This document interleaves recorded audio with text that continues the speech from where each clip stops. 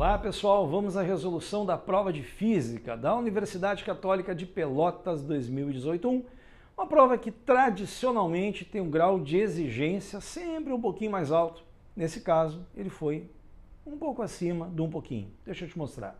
Olha só, a gente começou com uma questão de cinemática, boa de acertar. A gente está vendo no gráfico posição-tempo todos os ramos possíveis. Eu tenho um ramo de parábola, saindo com um vértice do repouso, uma linha reta, ele foi super didático, afirmou que é uma reta, uma parábola, né, para não ficar em dúvida. Fez uma nova parábola, pegando ali de 15 até 25, uma nova linha reta até o 35 e um outro ramo de parábola ali em 40. Que é importante a gente lembrar nessas questões de MRUV, onde a gente tem parábolas e ramos de parábolas. Que tratando-se de posição-tempo, a declividade nos fornece a velocidade. Portanto, aonde nós tivermos o vértice da parábola, a velocidade sempre vale zero. Nesse caso, a gente tem zero no tempo zero, a gente tem zero ali no tempo 20, onde a gente está bem no meio ali no meu gráfico, e a gente tem zero também no outro vértice no tempo 40. Que movimentos que eu tenho? Eu tenho de 0 a 5, um MRUV, posição-tempo com ramo de parábola. Progressivo, ele está se afastando do zero para a direita. E acelerado, porque ele sai com uma velocidade nula para aumentar a sua velocidade.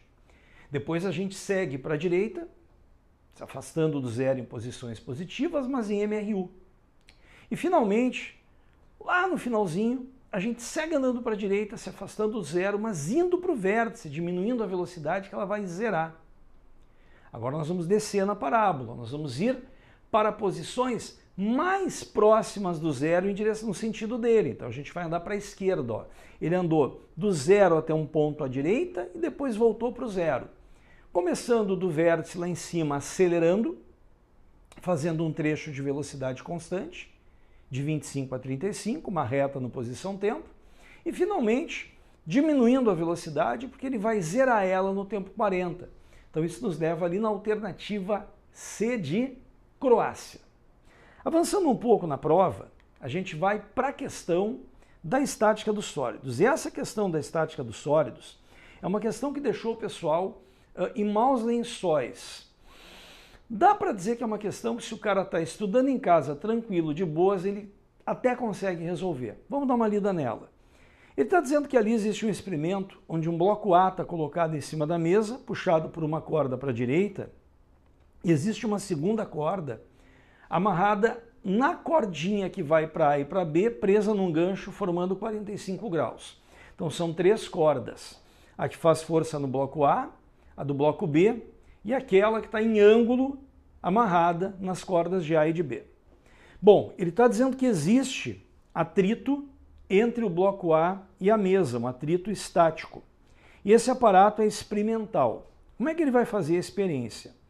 Ele vai determinar o coeficiente de atrito estático entre a superfície e o corpo A, de tal modo que ele possa ir suspendendo diferentes corpos em intervalos de 0,05 kg na posição do bloco B. Então ele apresentou os dados experimentais. O estudante disse que até 1,5 kg o sistema se mantinha em repouso. E que quando ele pendurou 1,55, o sistema entrou em movimento, ele deslizou. Então naquela troca de 1,50 para 1,55, a força de atrito estática máxima entre A e a mesa teria sido vencida. Bom, ele está dizendo que a gravidade vale 10, que a massa do A é 6. Ele quer um valor estimado para o coeficiente de atrito estático citado entre A e a mesa. Olha, qual é a proposta que a gente está fazendo? A gente tem uma vantagem legal, que é o fato daquele ângulo ali ser 45 graus. Isso quer dizer que a Tx e a Ty têm valores iguais, porque o meu diagrama de força é o peso do B para baixo, a tensão naquela corda que está no bloco A para a esquerda, a Tx da corda inclinada para a direita e a Ty para cima. Então, tomando a maior massa de B para manter em repouso, 1,5 kg, e lembrando que a resultante tem que ser zero, a gente parte para a resultante nula em B e em A. Em B, aquela tensão TY equilibra o peso dele.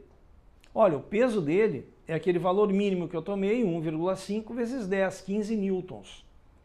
Em A Tx é a força de atrito estática máxima. Qual é a vantagem que eu tenho? A vantagem que eu tenho é que se o ângulo é 45, a Tx e a Ty têm valores iguais. Como eu achei uma Ty de 15, eu vou usá-la como Tx de 15 também. A normal do bloco A é igual ao peso dele, 60 newtons, isso nos dá um coeficiente de 0,2. Essa é a típica questão que o professor faz com o aluno na aula, como eu fiz contigo agora, explicando para onde as forças estão, que a Tx e a Ty têm valores iguais e que a resultante tem que zerar nos blocos. O aluno diz, ah não, tudo bem, que legal, eu entendi. O grande problema é o cara fazer ela sozinho na prova, aí ele tem um probleminha pela frente.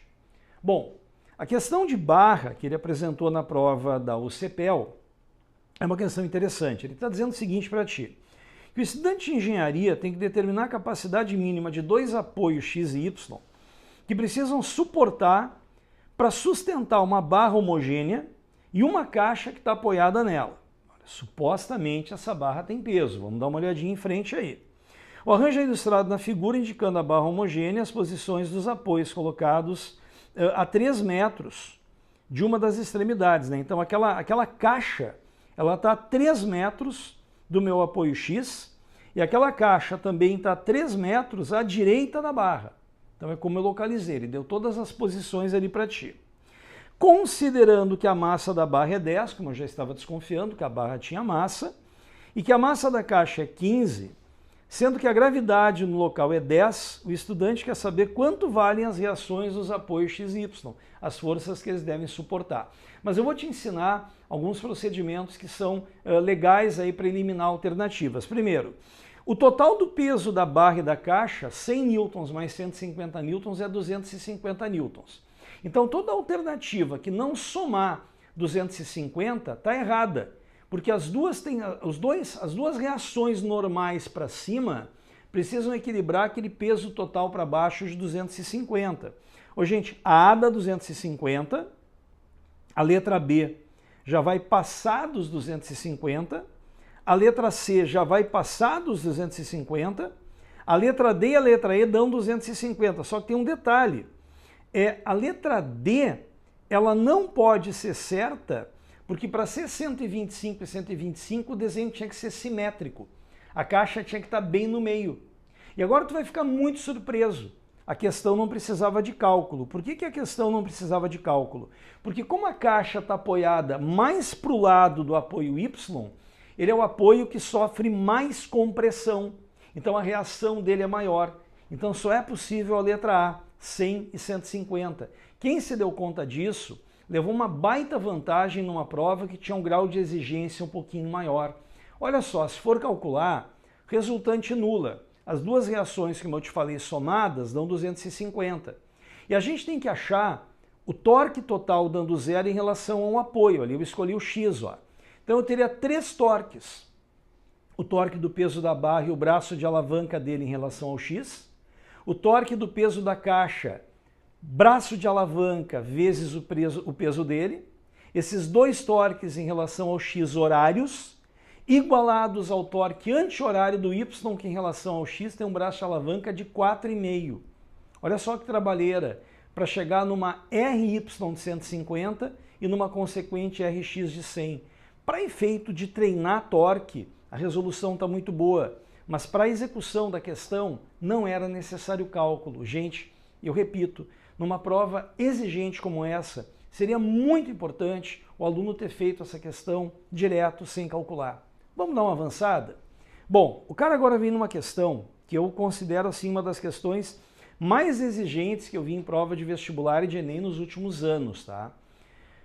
Na minha opinião, ele deu uma viajada legal aqui. Isso aqui no livro do curso, a gente até tem como leitura, né, um carro fazendo uma curva em inclinação, como aqueles circuitos ovais da NASCAR nos Estados Unidos.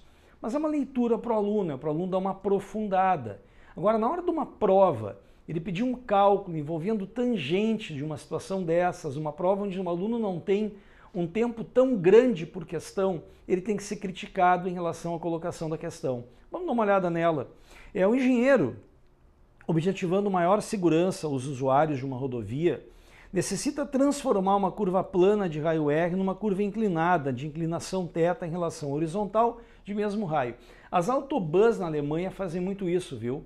Quem aí porventura já tiver andado de carro nas autobahns da Alemanha, em alguns outros países também, quando uma curva é inclinada, o motorista consegue fazer a curva sem girar o volante. A inclinação da curva cria uma resultante, como eu vou te mostrar agora, do peso com a normal, que dá a centrípeta para o meio da curva. Então, os circuitos ovais de NASCAR nos Estados Unidos fazem isso.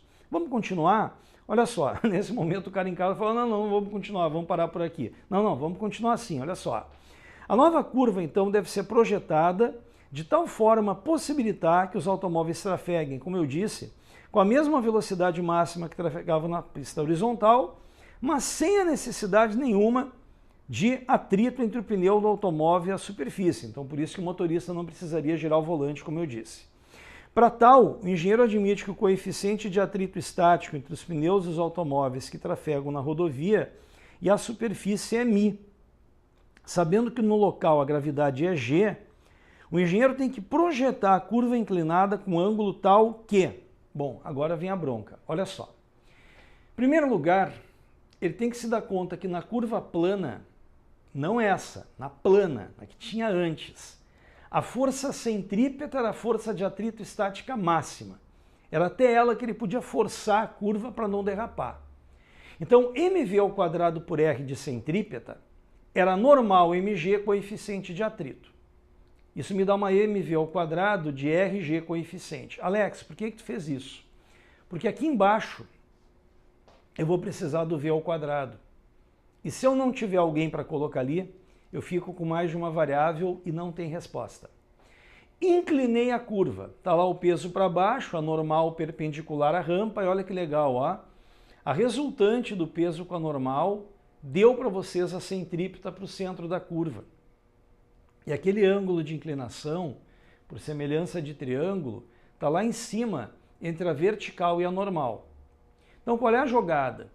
A tangente daquele ângulo, ela é o cateto oposto pelo adjacente. O oposto ao θ é a centrípeta. E se eu desenhar o peso ali em cima, fechando o triângulo, eu consigo dizer que ele é o cateto adjacente. Então a tangente é a centrípeta pelo peso. Portanto, a centrípeta é o peso vezes a tangente. Agora abre tudo. Centrípeta mv ao quadrado pelo raio, peso mg. E ali a tangente. A massa é cortada e o v ao quadrado traz o raio, gravidade e coeficiente. Isso permite que a gente corte o raio, corte a gravidade e o coeficiente é a tangente do ângulo. Gente, repito. 1. É uma das questões mais complexas que eu vi o cara botar em Enem e vestibular nos últimos anos. E 2, numa prova do ITA, numa prova da Unicamp, numa prova discursiva, a questão cabe. Na prova da UCPEL, com a média de tempo que o aluno tem por questão, a questão não cabe. A banca cometeu um erro gravíssimo em colocar uma questão dessas na prova. A gente espera de fundo do coração que isso nunca mais se repita. Bom, agora eu avanço para uma questão de ondulatória, tá? Uma questão de nível tranquilo. Ele fala de instrumentos musicais, por exemplo, um violão, uma corda, uma harpa. Instrumentos de corda formam onda estacionária em corda. A onda estacionária é aquela onde tu tem pontos de interferência construtiva, que é onde tu vê tem um ventre, e pontos de interferência destrutiva, que é onde tu vê um nó. Né? Bem clássica, né? Aquela que vocês vão ver ali aparecendo agora. Ó? A construtiva onde é o ventre e a destrutiva onde tem o nó. Em relação a essas ondas estacionárias, ele quer saber qual a característica que está vinculada a elas. Acerta ali a Brasil. Ela apresenta uma altitude que varia com a posição do elemento da onda. Realmente, né? Onde tu tem um nó, que é uma destrutiva, a amplitude é 0. É onde tu tem um ventre, que é uma construtiva, a amplitude é a maior de todas, né, pessoal? Existindo, então, pontos de amplitude nula, chamado de nó, e nodos, né, onde a corda vai permanecer em repouso. Aquele ponto onde ele tem uma destrutiva, a corda realmente não vai oscilar. Já é uma questão mais normal.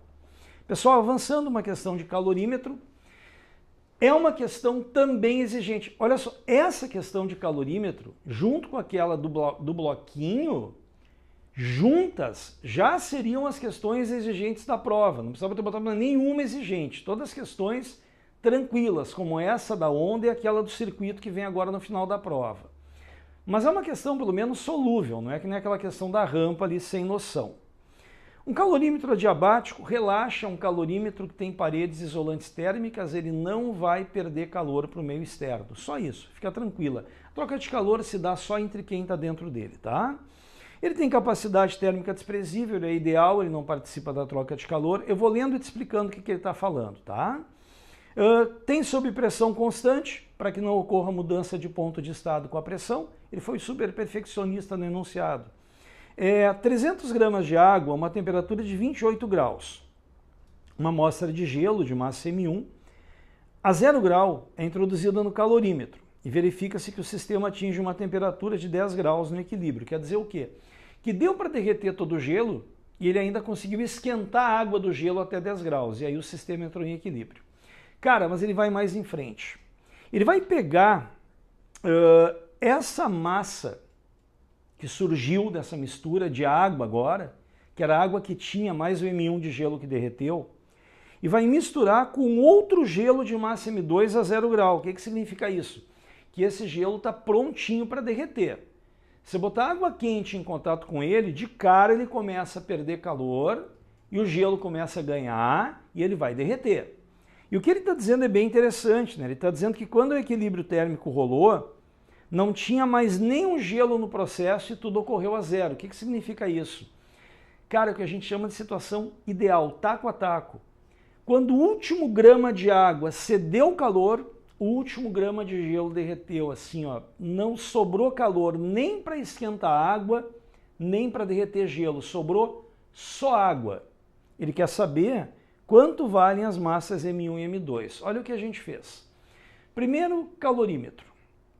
Somei as trocas de calor. O que eu fiz?